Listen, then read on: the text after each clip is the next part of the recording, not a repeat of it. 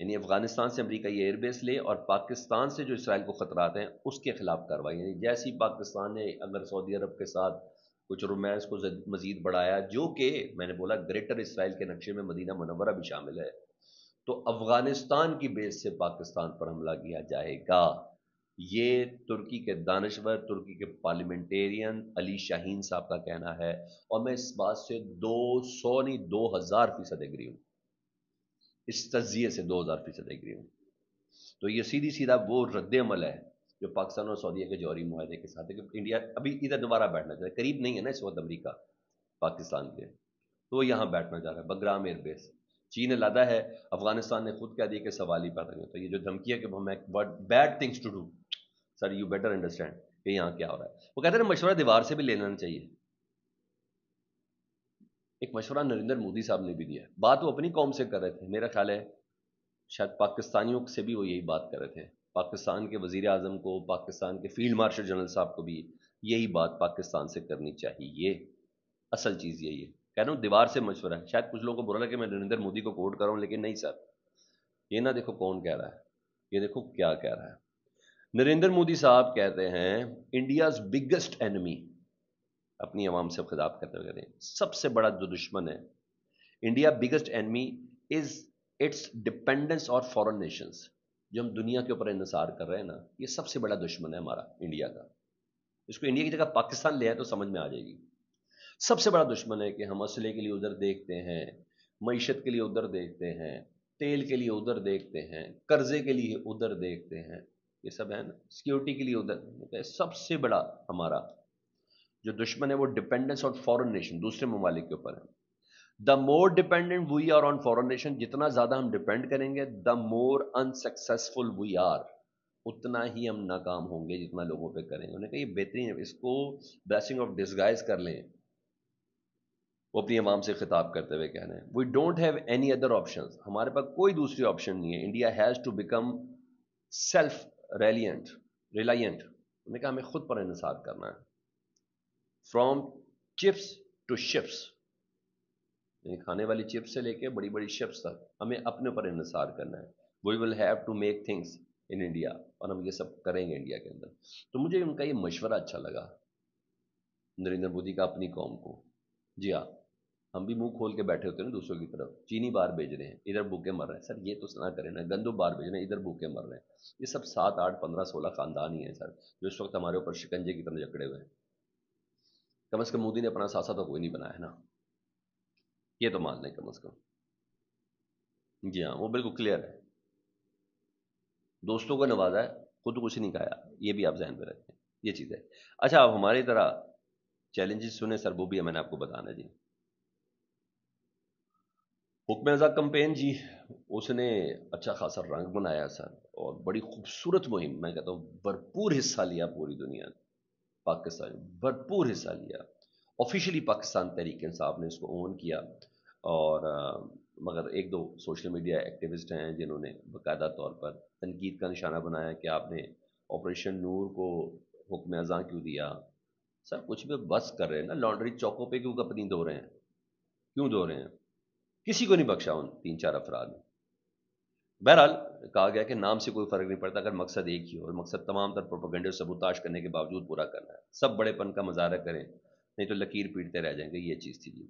اچھا جی، باقاعدہ طور پر امام نے ثابت کیا کہ اذان کے ذریعے متحد ہو کر بتایا کہ وہ تمام سب سے کتنی نفرت کرتے ہیں، اور یہ نفرت تم سب سے اپنی مرضی سے خریدی گئی ہے، اس لیے سب کو چاہیے کہ اپنے اتحاد کو برقرار رکھیں اور فضول باتوں میں نہ پڑیں۔ یہ میسج پاکستان تحریک انصاف کے آفیشیل پیجز دے رہے ہیں۔ ان لوگوں پہ تنقید کرے جنہوں نے اس کمپین کو قادیانیوں سے جوڑا یا راسخ مسلمانوں پر انگلیاں اٹھائیں، انہیں کہ یہ تھا۔ باقی قرآن پاک کی آیت اس کے اندر حدیث نبی صلی اللہ علیہ وآلہ وسلم کی حدیث اس کے ساتھ ہے مسلم شریف کی جی 60 نمبر جی، جو آدمی اپنے کسی مسلمان بھائی کو کافر کہتا ہے تو ان دونوں میں سے ایک کافر ہو جاتا ہے، جسے کافر کہا گیا ہے، اگر وہ نہیں ہے تو کہنے والا خود کافر بن جاتا ہے۔ تو بس یہ دیکھ لیں، کسی پہ بہتان لگانے سے بہتر ہے کیا یہ نہ ہو کہ آپ خود کافر بن جائیں۔ پتہ تو آپ کو اپنے ایمان کا بھی نہیں ہے سر، ہاں وہ جس وقت امتحان ہے گا تو آپ کا ایمان بھی پتہ چل جائے گا۔ جی ہاں، تو نہ ہی کریں تو بہتر ہے۔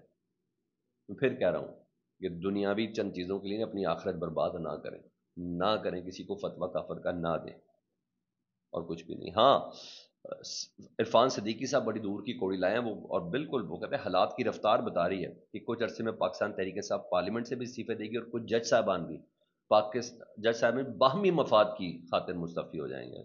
سر آپ کو باہمی مفاد لگ رہا ہے نا، کچھ لوگ اصول پہ بھی ہوتے ہیں عرفان صدیقی صاحب، آپ کی طرح نہیں ہوتے ہیں۔ صحافت سے سیاست، سیاست سے سینیٹرشپ، سینیٹرشپ سے قائد کی تقریریں لکھنا، نہیں سر۔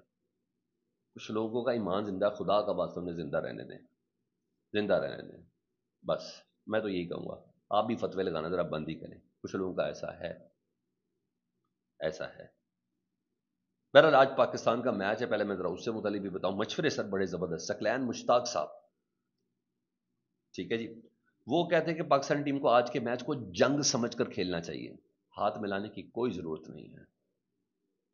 سائم ایوب کو سعید انور بننا چاہیے، سعید اجمل نہیں بننا چاہیے، اس طریقے سے کھیلنا چاہیے۔ مرزا اقبال بیگ صاحب ہیں، بہت جیسے کہ کرکٹ انسائکلوپیڈیا کہلاتے ہیں۔